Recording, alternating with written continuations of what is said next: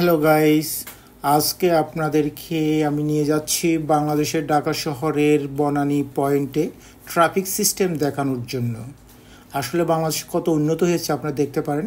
এটা Banani traffic point, Banani থেকে কাকলি হয়ে মহাখালী যাচ্ছে। কি সুন্দর ট্রাফিক সিস্টেম দেখুন।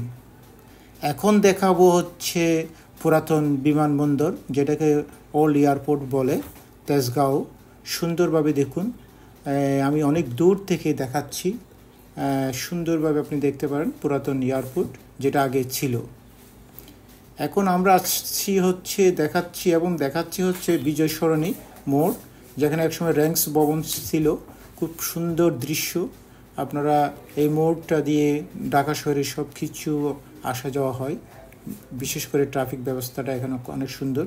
আপনারা দেখুন, সামনে সূর্য, বিকালবেলা সূর্য সম্ভবত অস্তমিত হচ্ছে। আপনারা দেখুন কি সুন্দরভাবে ঢাকা শহরের প্রত্যেকটা অট্টালিকা, বিল্ডিং কীভাবে দেখা যাচ্ছে।